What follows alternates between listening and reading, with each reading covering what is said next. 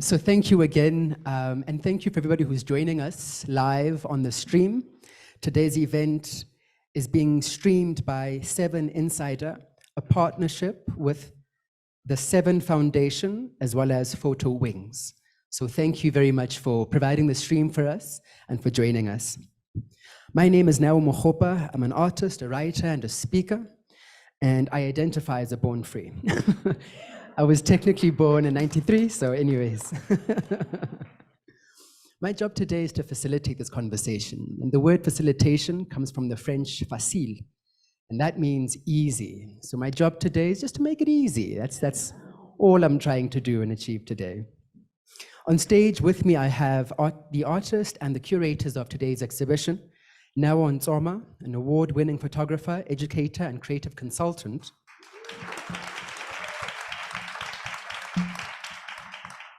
Azu Nwagbogu, internationally acclaimed curator interested in decolonization, restitution, and reparations. As well as Ilvy Njiokiktjien, independent photographer and multimedia journalist. Can you give me a round of applause? So let's begin. Ilvy, could you tell us more about the show and what we can expect?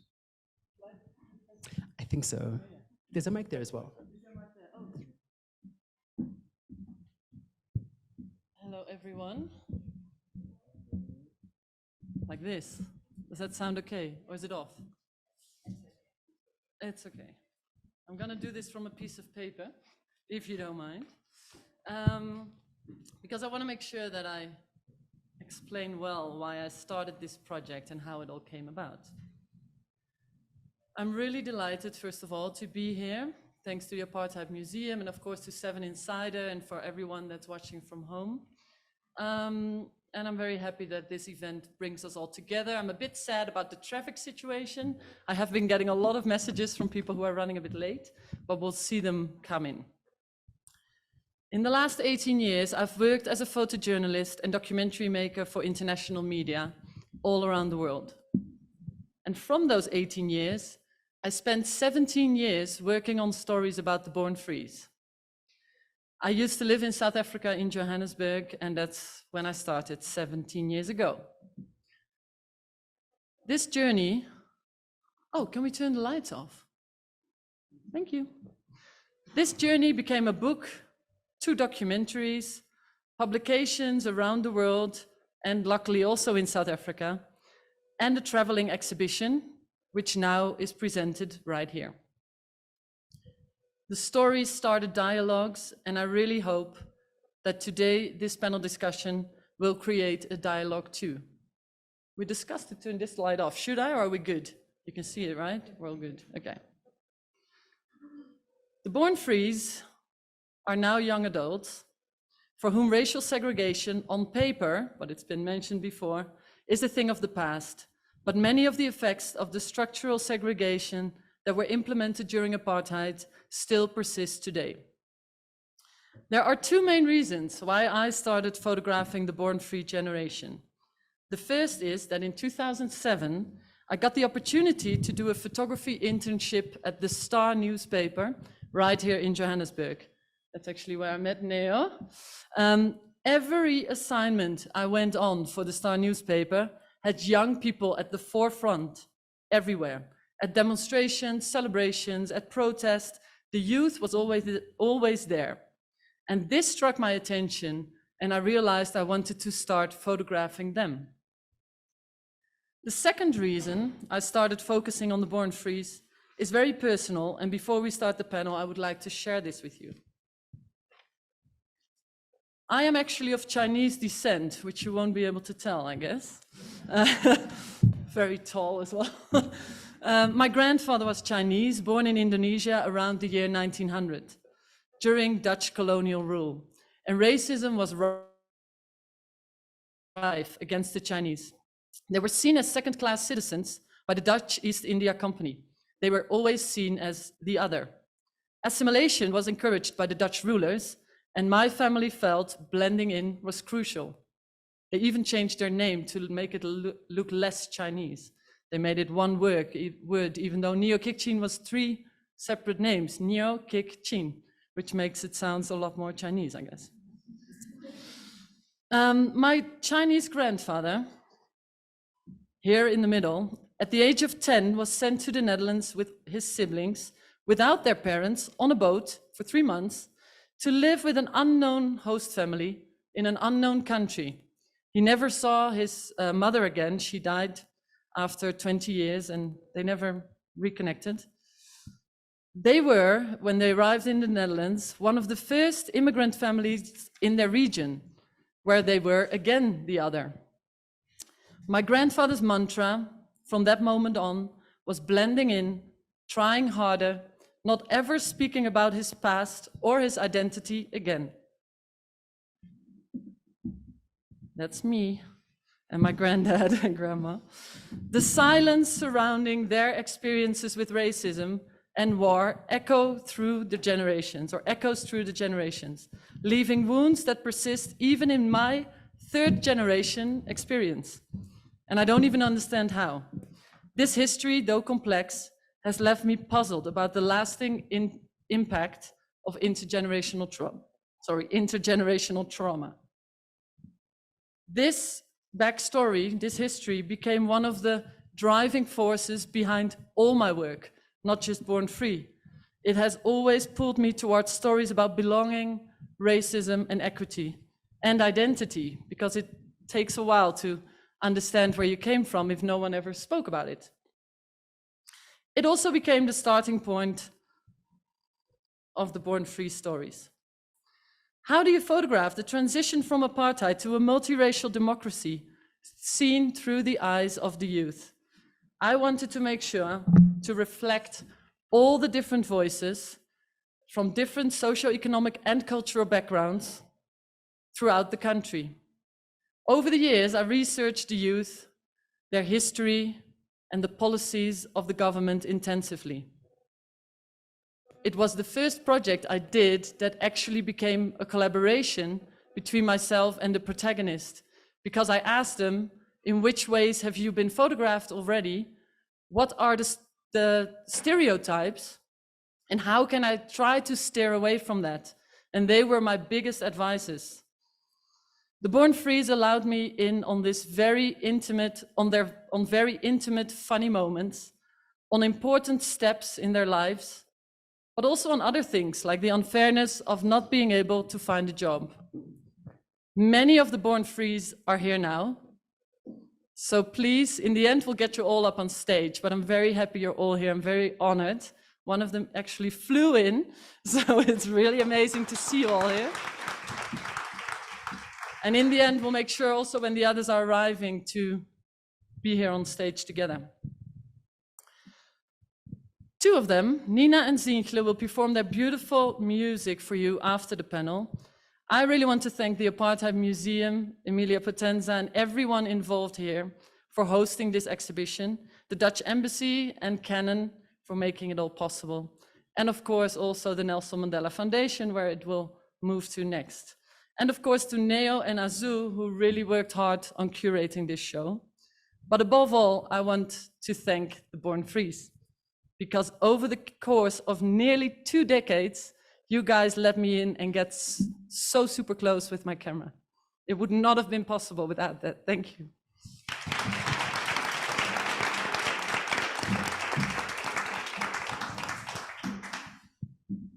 Thank you so much, Ilvy, for that. I think that some of the themes that you're exploring are really important themes that many of us can relate to, especially this question in South Africa of intergenerational trauma, and that I know for myself as well, you know, we all have that.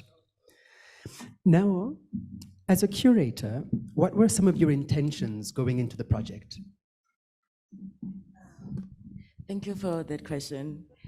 Good afternoon, everybody, and thank you for coming to support my friend here, Ilvy, who I've known since 2007. We worked together at the Star. Having studied and also being close to Ilvy, it made me realize that she was really passionate about my country and I really wanted to support her. How I came about now like executing the project was to be very fair in my selection of the images and also to look at what needs to be highlighted and celebrated. We were presented with an archive, that was built over a period of 17 years. And to find the key images to present to this exhibition was not an easy process. We've had sleepless nights. We've had, we had meetings at like 2 o'clock in the morning at some point, just trying to make sense of the collection. But it was easy, and it was an enormous responsibility on my part as a practicing photographer, as a curator, as well as a South African, because the focus is going to be on me. How well can you tell your own story, through Elvis' lens? So when I first looked at the work, the first thing that came to mind was, what is it that we are celebrating as a nation? What has been the milestones? Let's forget about the negative things that happen. We have experienced challenges, a lot of challenges that I have to be very fair in even, like sharing that. So I listed themes that speak to the journey in the 30 years. And one of those themes was unity. Unity comes, was like very key to build a nation. Nelson Mandela wanted us to unite as a country. And it's through that unity that it has actually influenced others that are not in South Africa to draw something from it.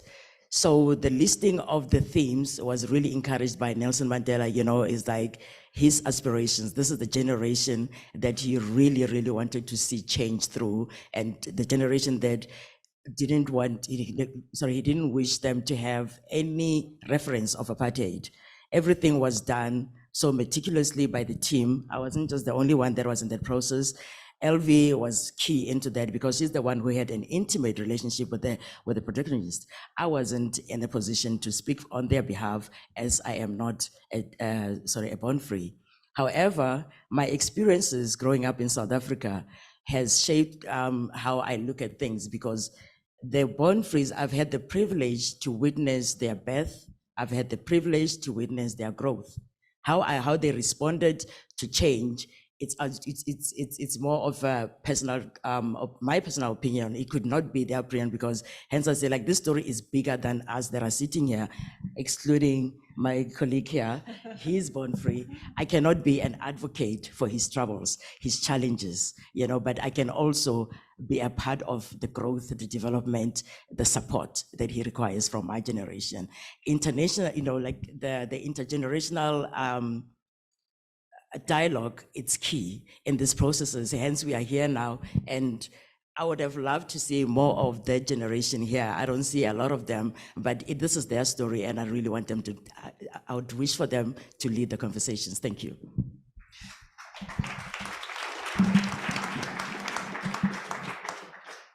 Thank you for bringing this word in, archive. I think it's a powerful word.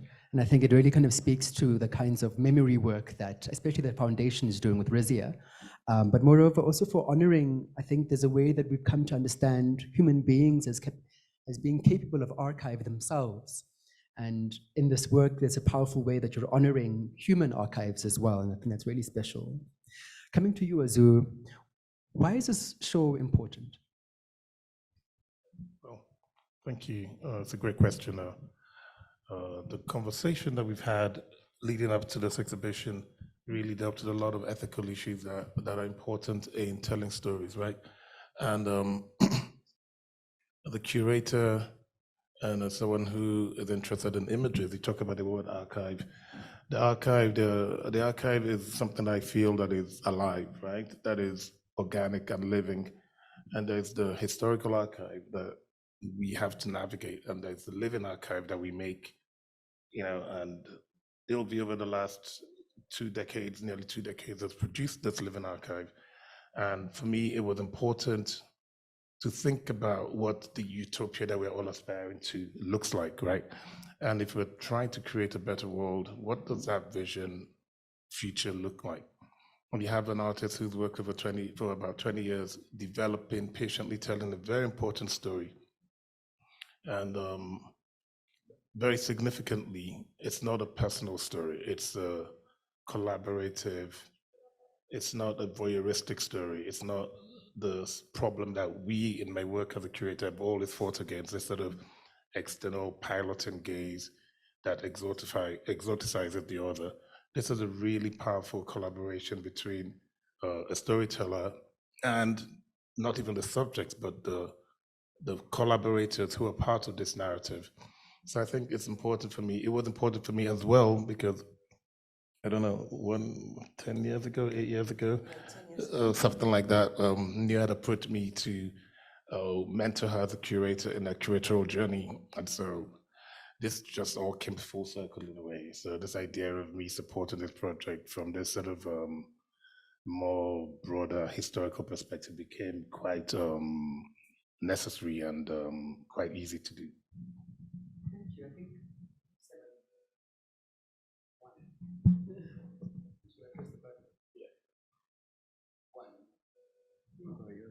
Thank you. Thank you. I think that you also brought in an interesting word, utopia. And what's interesting about that for me has often been there's an argument that says that the word utopia could be spelled with an E at the front, which really points it to being the place that does not exist, you know? And it kind of really speaks to the South African Constitution, where Justice Pius Langa once said that the South African Constitution is a bridge towards. It's an ongoing bridge towards, in a similar way, a utopia. And I think that's a powerful reflection, and thank you. Coming back to you, Ilvy, so in your work, working with people who were born free over these years, what has been your reflection about young people or born frees and their relationship to Nelson Mandela? I actually think I actually think that throughout the years, I've seen it change a bit. I would say when I started photographing in 2007, I think the young people that I was photographing were really looking up to Mandela in a way that he was almost, well, he's an icon, and that's also the way they viewed him. I would say ever since maybe right before COVID, I saw a change in the discussion when I interviewed them. So for the documentary that you guys saw when we just started, one of the questions I asked everyone is, what do you think about Nelson Mandela? And their questions were this was filmed mostly in 2018, and their answers were mostly similar to each other. He's an icon, he had a great hope for the youth, and he's a father figure, things like that.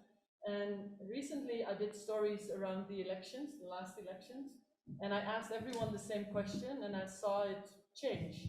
I saw that there were young people that were saying Mandela was a sellout, and I would of course question, like, why do you think so? And not everyone is saying that, but I did see people changing the narrative, and I would say the younger the people are, the more I hear that narrative.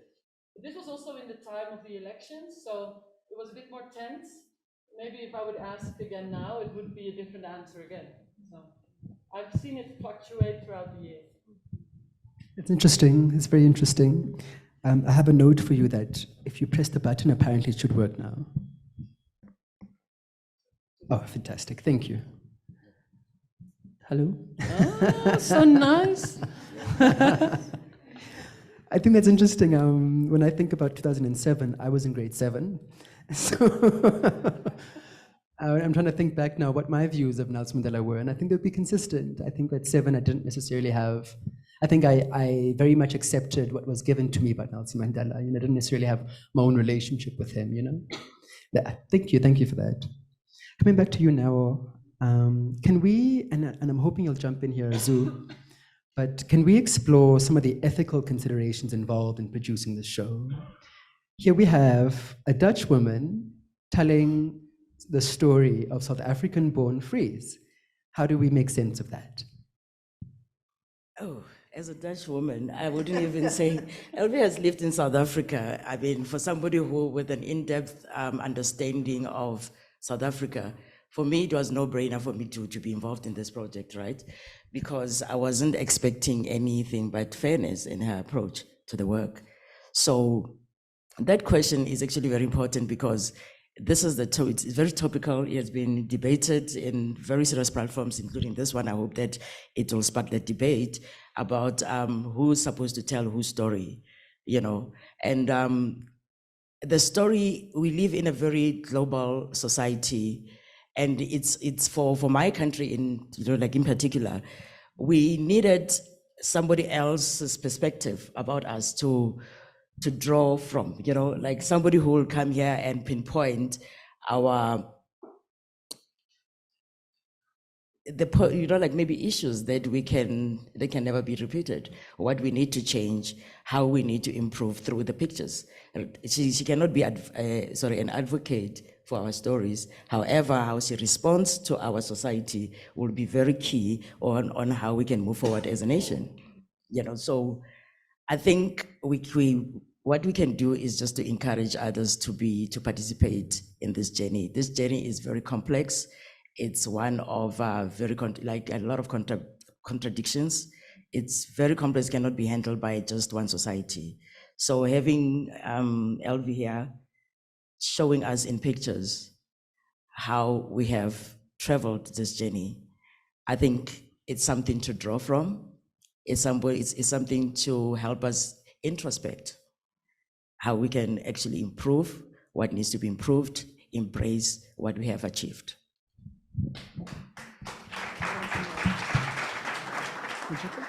Sure.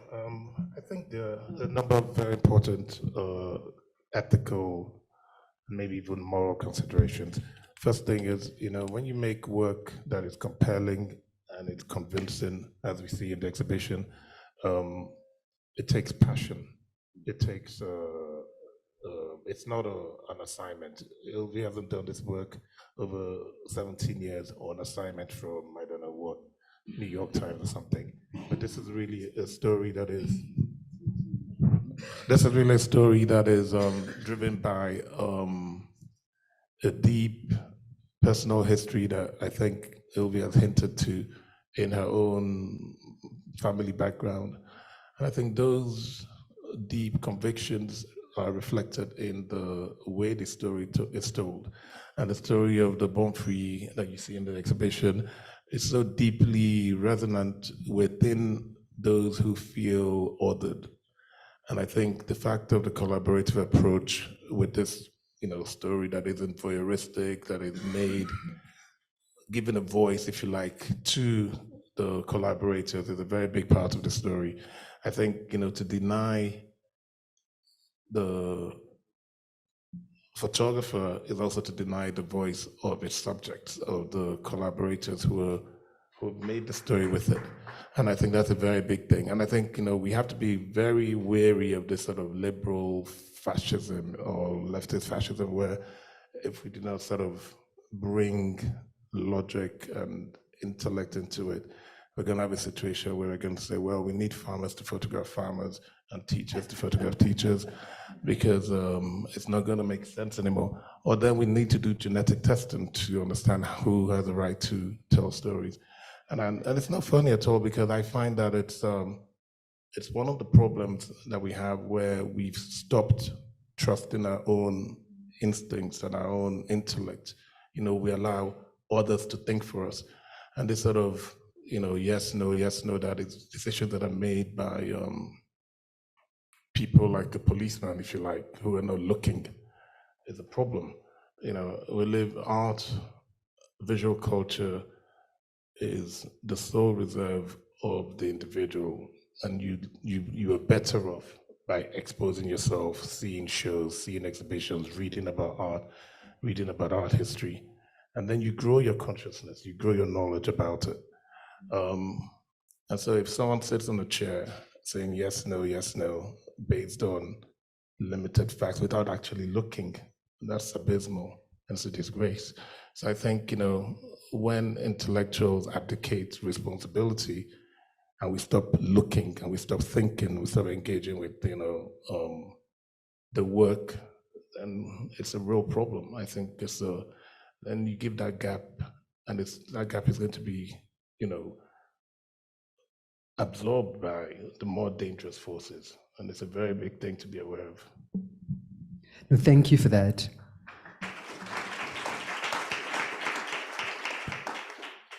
It makes me think about watching soccer and like a soccer pitch, and how people in the stands are always shouting, "Yeah, well, no, you're stupid, do that," you know what I mean? And how when you're on the pitch itself, you have a very specific perspective. And there are things that are important that you can see, but those are things that you can't see that are important as well. And I think that someone in the stands then also participates meaningfully then, you know what I mean, in kind of creating the game. That's a great analogy. I want to come back to you, Ilvy, and ask you about your own reflections on Nelson Mandela. This is a test. Is it working? Yeah?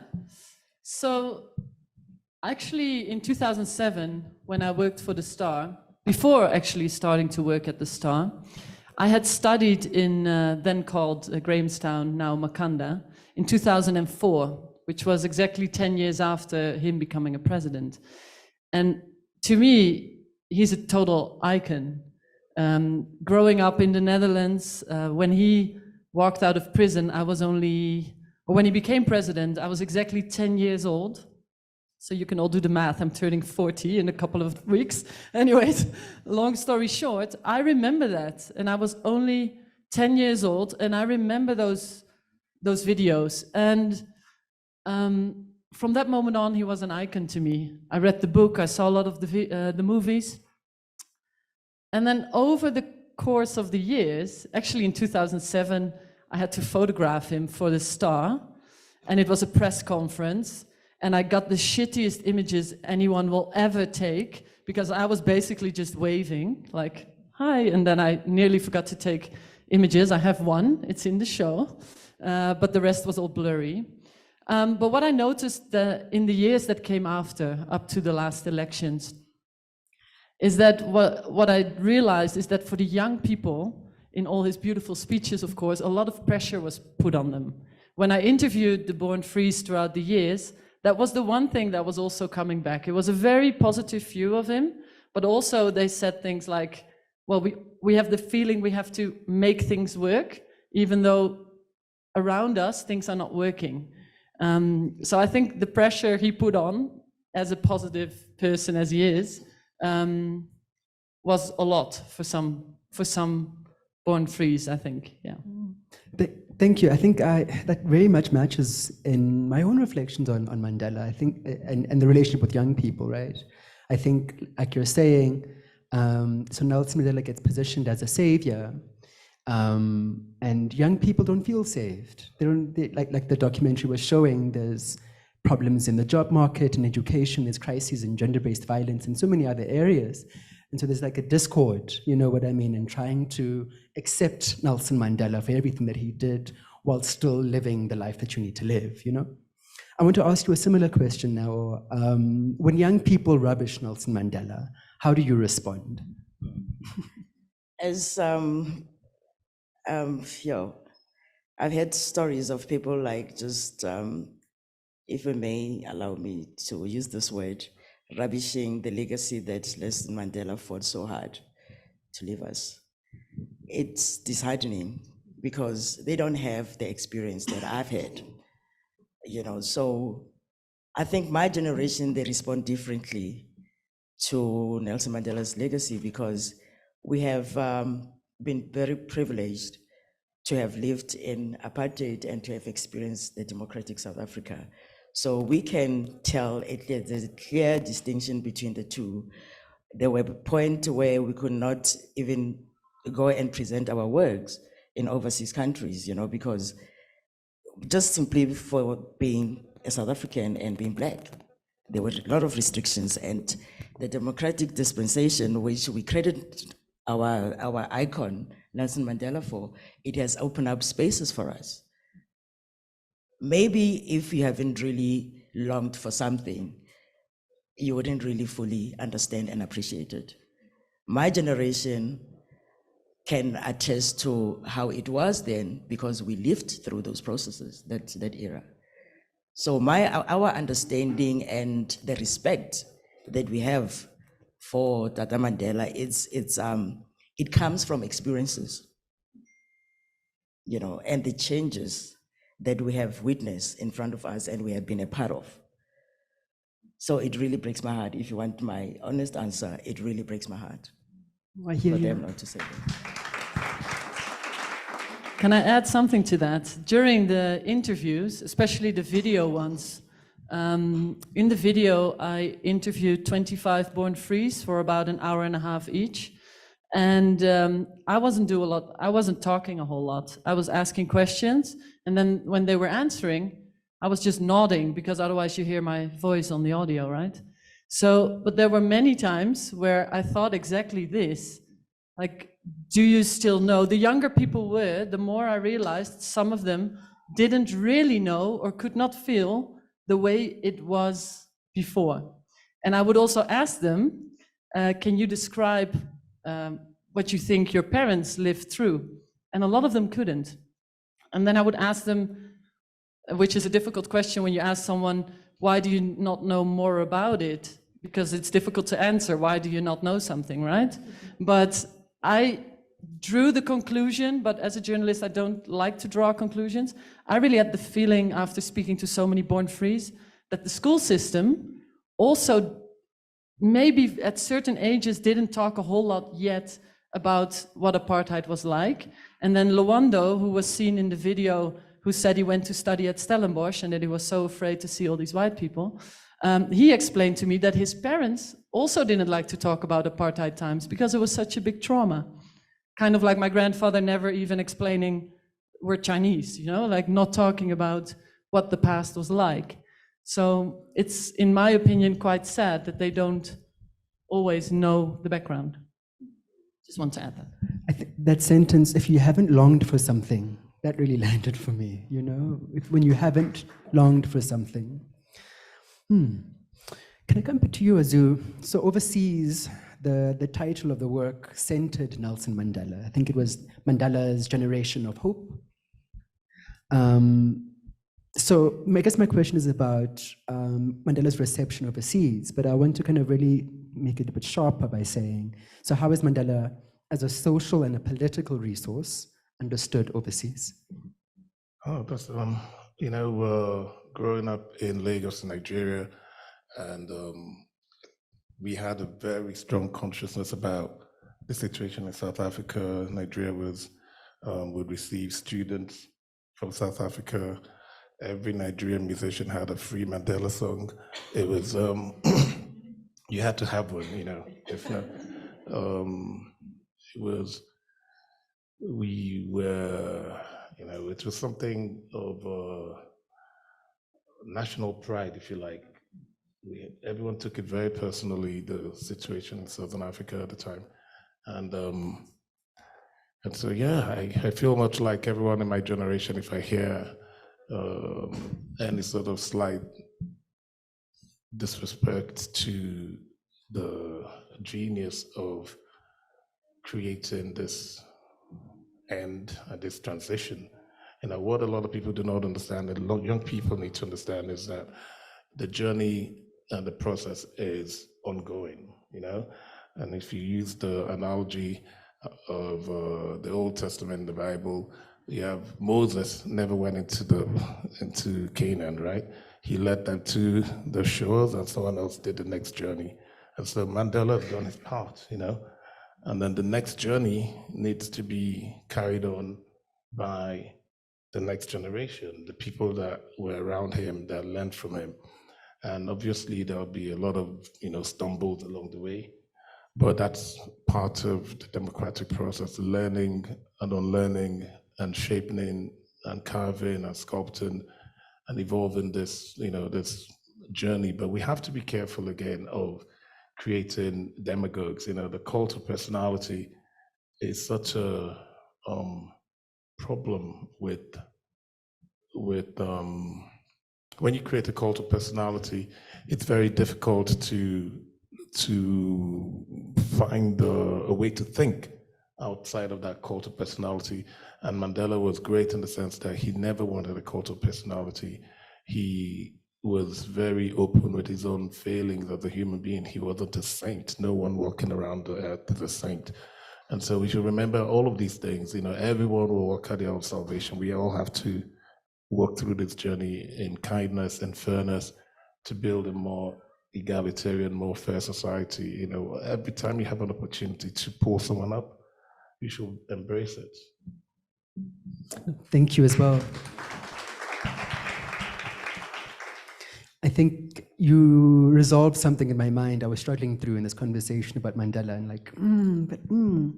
and I think that notion of a cult of personality, I think, is a big one. You know what I mean? And of course, Nelson Mandela fought valiantly against becoming this cult personality in that way, in many different kinds of quotes. I remember there's this one story. I'm sure you guys know of the statue outside of Union Buildings. There's a massive statue. I don't know how tall it is even. I think it's 721, somewhere there, I don't know, meters. But when that was being proposed, Nelson Mandela resisted in many ways of having that statue being built in his honor. I think there was, I think that Vern has told me that story at least. But also, yeah, and I think that it's made critique of Nelson Mandela almost impossible, And it kind of pushes that critique then into more extreme, more outrageous, more flabbergasted kind of positions in a way, to try and say anything other than what has already been said in a way. And also thank you for bringing in this notion of ongoingness. I think that's an important point. I think one of the ways that Nelson Mandela gets criticized is because of the TRC, because the failures of the TRC, the Truth and Reconciliation Committee that happened shortly after apartheid. And what's clear about that is also that it was never intended to end where it ended. It was supposed to be an ongoing process, let alone the reparations that were recommended by that body as well, and that didn't happen either. And so Nelson Mandela becomes then the face of that failure and many other things in society, which is fascinating. We're drawing towards a close, but I want to invite you to start thinking about some questions. I'm going to open the floor to questions from the audience. If you're online as well, please also prepare some questions. Emilia is going to send me those questions on WhatsApp from the chat, and so I'll be on my phone. I'm not checking Instagram. But maybe in closing, Ilvy, what do you hope people leave this work with? I hope with a hopeful view, with a view that it is an ongoing process. I really love that. Actually, it was Wilmarie, one of the Born Frees, who said it in the video as well. We're on our way. I don't know exactly the wording you used, but I've seen the video so many times, I don't remember now, sorry. But yeah, it's an ongoing process, and I really hope that my images reflect that. I tried to really make a balance between uplifting stories and also some really sad stories. But I hope overall you can see it's a young democracy on the way to being one of hopefully the best countries in the world. In my opinion, it already is, but there's a lot of struggle, but I hope that the hope part is what you see in the show, and that's what people will take home. Thank you. Now, same question. What do you hope people take away from this work? I think I share the same sentiments with Ilvy. Even before we had deeper discussions around the work. Does it work? It does sound better. Even before we had deeper, discussions around the work, it was clear that hope was driving the narrative. And hence I started by saying that all I had to do as a curator was just to be fair to the generation and fair to Ilvy, and share and be fair to my people. And also just to look at what needs to be highlighted and what needs to be downplayed. And there was really nothing that needed to be downplayed. The only thing that we needed to encourage was the hope that we're still holding on to. We were raised to have hope. We do not, like where we are now, it was never achieved in one day. A lot of people perished in the process. People were murdered in the process. People were incarcerated in the process. But their families, they had hope. That's the only thing that kept us together. And I hope that with the body of work that is on display, it carries that. It helps us to still believe that a lot can still be achieved and the generation can find peace within themselves and start interrogating themselves even to see how they can contribute to the society to going forward. Thank you. Azu? Well, what to add? I think they've said it all, but I'd just like to also echo that the beauty of the exhibition is that it's in conversation with the permanent collection, right?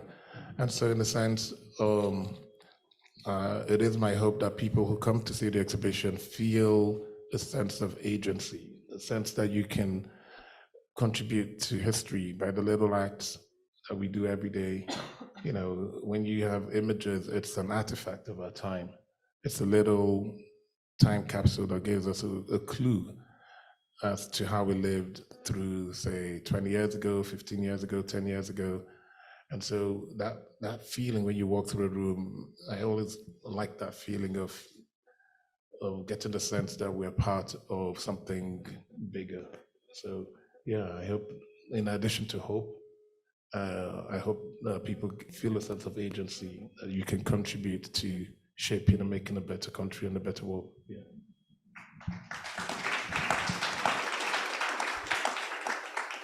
Thank you so much for that. I think it brought me back to this article written by Kodwo Eshun, where he describes archaeologists from the future coming, I think, in the next century, archaeologists from the future coming back to our era, well, you know, looking at our time, and they're going through the discs and the internet and, you know, our diaries and Facebook posts and otherwise, and trying to discern what is this moment, what imperatives were chasing them, what was their hope and otherwise, and it was deeply fascinating.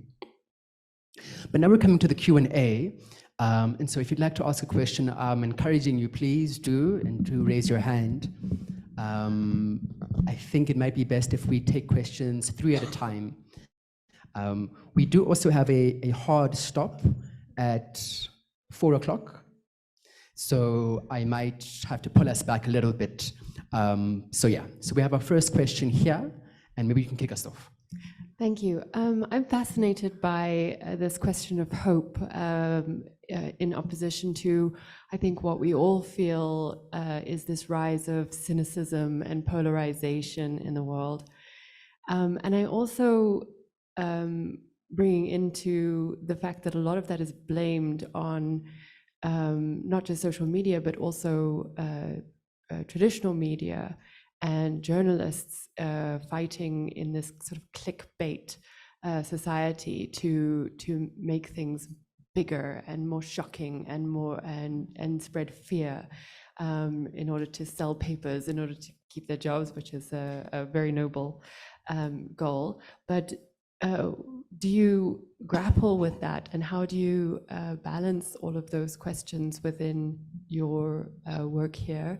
So I guess the question is really, where do you see the role of journalists, photojournalists, and artists within this space, you know, as part of the problem and as part of the remedy? That is such a great question. We're going to extend the panel by 2 hours. This is a whole conversation on its own. I must say, to be honest, so I've been in the photojournalism industry for 18 years, and I would say in the first 15 out of those 18, I was always defending the media because I love my job. I truly believe that when I work, I try to be honest, I try to picture what I see. But I'm also now definitely seeing the other side, where it's become so important for newspapers and for media around the world to have people clicking on the stories. And even though the stories sometimes, or mostly, will be a balanced view, or they will try to be as balanced as possible, then the headline is going to be so bad. You click on it and you think, what? So I'm in a stage now where I'm quite disappointed. I know the story was about hope, but so the question was about hope. I just, personally, as a photojournalist, I try to really also focus on stories that are solutions driven. I think that is also definitely a theme and a way of storytelling that's growing. A lot of people, I'm sure many of you are tired and sick of only seeing the negative news being spotlighted, even though there is so much else going on as well in the world. So I guess that's my answer. And I've lost the balance a bit into, I'm trying to see again where I fit in. I work for all, or not all, but a lot of major international media. And sometimes I get assignments and I feel discouraged. I'm like, oh, really? You want to focus on all this sad stuff? So I try to find my way into, I don't know if it answers your questions, but I'm searching, let's put it that way. I'm also searching as a photojournalist to find my way in this, yeah. If you can allow me to just add on to that, am I audible? Yeah. Everything starts with an intention, in my opinion. And I think, as we all know, that photography can be both objective and subjective. It all depends on who's behind the camera in my practice as a photojournalist, how you respond, what is that you're trying to highlight. And when you now getting back to your question about hope, how do we maintain hope? We can never create hope if it's not there. Yes. Hope, it can be superficial. It depends who's behind the camera. Are you searching for hope, or you are trying to recreate it? Are you documenting what is presented to you in all fairness, or are you trying to go against it? So really, it boils down to who's behind the camera and what their intentions are. And when I say intentions, it means even the platforms that work gets to be shared. The person who controls the narrative, it always sits with the editor. Those are the people that decide what is it that will sell the paper, or what is it that will contribute to change, that will motivate people to start doing things differently, approaching lives differently. So hope, really, it depends who's behind the camera. Can be both, either way. Are there any other questions from the audience? Yes. There's one over there. Okay. If there's any others, please put your hand up. So there's one at the back. So it'll be 1, 2, and 3.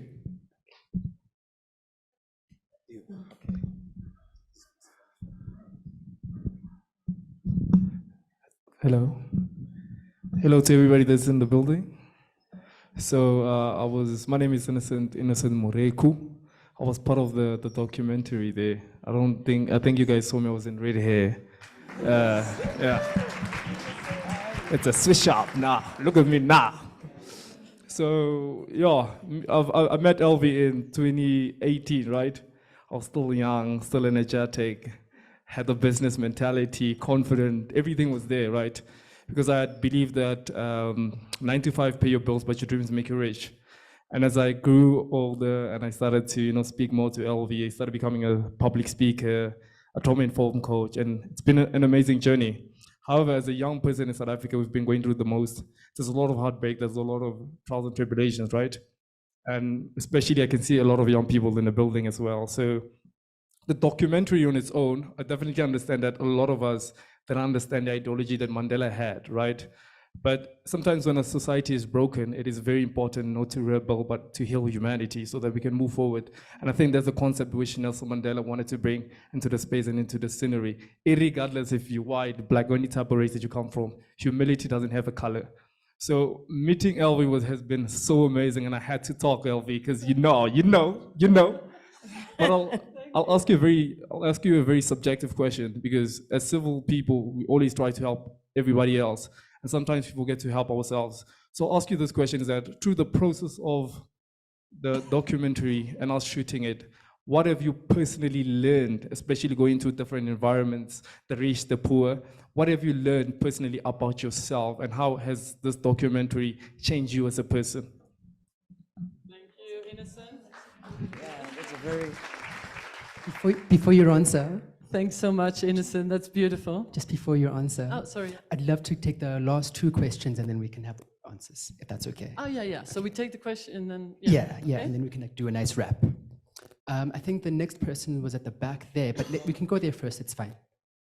Hi everyone. My name is Sipo Luis. I was one of the people who were documented. So I wanted to add something on what Ilvy said. She said something about Mandela selling us as a country. You know, a lot of young people, they believe that Mandela sold us as a country. I was also one of the people who believed that, yeah, Mandela sold us as a country, you know, and my perspective changed when LV came and documented us. I saw a lot of things Mandela, you know, tried to do for us as a country. You know, like his mission and vision for South Africa, for us to unite, you know, regardless of your skin, regardless of how you look, regardless of your flaws. I wanted to understand, why would LV move from Netherlands to South Africa and to document us about us being free, you know, and it's something that came to me that a lot of young people are lost on what Mandela did. You know, a lot of people who are saying Mandela sold us as a country, they don't get to research what Mandela wanted to do for us and what he did actually. Yeah, I just wanted to add on top of that. Thank Thank you. you. And then our final question over there, please.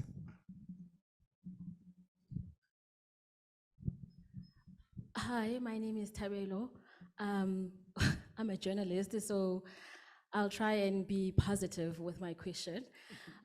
Firstly, I would like to ask about that image on the screen, and like as a cover. For me, like it says a lot of things, especially where we are in the country and the conversations that we're having. And I just want to find out from you, like the intention of making that particular image. What was the decision or what was the thought process behind it? And secondly, are they still together? I'm sorry, just. Thank you. I'm a journalist. Can I add one thing? Tabella's being very modest, but she helped me like so much on the last story I worked on in Nelson Mandela Bay Municipality. She was with me the whole time, day and night, and she did an amazing job. Just want to say that. Thank you. Oh, my memory is not so good. Oh. Oh, we were depending on my memory, okay. Let me think. I'll start from Tabella's question. Actually, the book that I made has this as a cover on it, one of the covers, because I couldn't pick. I regret it now a little bit, the decision. There are 4 different covers that all together, I feel, tell the story of South Africa. The only reason I regret it is that most people want this cover, so I now ran out and I have a few other books left. That's one reason, and it's also been interesting because I received a lot of questions about why would you make a book with 4 different covers? And it was mainly because I felt the storytelling had to be so equal that I really couldn't pick. This image came about after a night of basically dancing and partying with Wilmarie and Sakiti. Wilmarie is right here. She's hiding a bit, but she is here. And I remember walking back to their car, and they had not seen each other for quite some time, I remember, and they just started kissing. And as a photographer, I'm always on the back, in the background. So I took the image, and then I thought, oh wow, this is really a beautiful image. And I felt it was the one image from the show that was hopeful to me. If you think of what Mandela's ideas were throughout the 90s. So I felt this image was really an image that sparked the story or the feeling that I wanted to convey about hopefulness and about a country moving forward, I would say.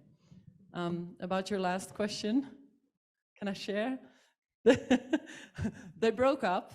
They were together for many years, and they broke up, which I am. I want to say I'm pretty sure it's not about. It's not a cultural thing, but they broke up. And when people ask me internationally, I always tell them they're still together. But I can't now because she's right here with us. But it's less hopeful when I tell them that they broke up. Okay. And now I have to backtrack my mind. So the other question, part of it at least was... Sue, do you want to add something? Ah, okay. What I learned on the job. Thank you. Yeah, sorry, my memory. I loved what you said, Innocent.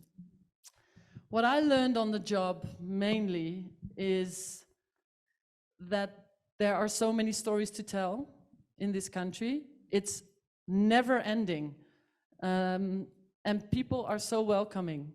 I've had the question many times, oh, does everyone just let you into their homes, into their bedrooms, into their lives, into their cars, into their... Yes, they do all the time.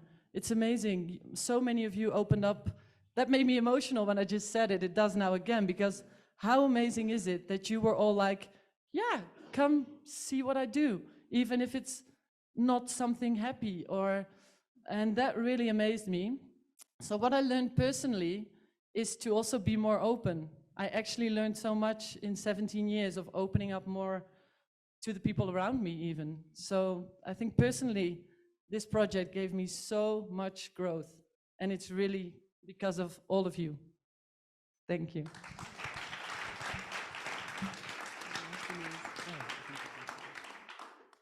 I think that part of that final question was, what brought you to South Africa? What brought me here was at first an exchange program where I studied in Makanda. And after that, that was 2004, I kept going back. And I think it's these kind of opportunities, the fact that there was an organization that made it possible for me to go and study at Rhodes University here, and then later on to do an internship at the Star. It was just the opportunity that was made by the university I studied in the Netherlands, and it was an exchange. So it went, it went on for a couple of years, and many of the people that actually were on that exchange several are still in South Africa and worked here for a long time, or they go back and forth. So, and I just kept coming back, I guess. Yeah. So that's so that's today's conversation. Can I just speak to Okay, very short. I thought Ilvy will mention that she actually lived in Soweto at the time. She couldn't afford accommodation in town, so she had to ask a friend who also worked with us, Pabalo, I hope he's here. He's right there. Yes. I lived with him and his family in Soweto. Hence her deeper, when I said deeper understanding of a society, that's what I'm referring to. She wasn't just coming here to tap in and leave. Thanks, Pabalo and family. Thank you. I think that was important. Thank you. Thanks, Neo. No, thank you as well. Thank you to everybody who has been with us through this conversation in person and online. I hope I've done my job to make this conversation easy. Yes. Thank you. And with that, I'm going to hand over to our MC. Thank you. Thank you, Kneo. Thank you, Azu. Thank you, Neo.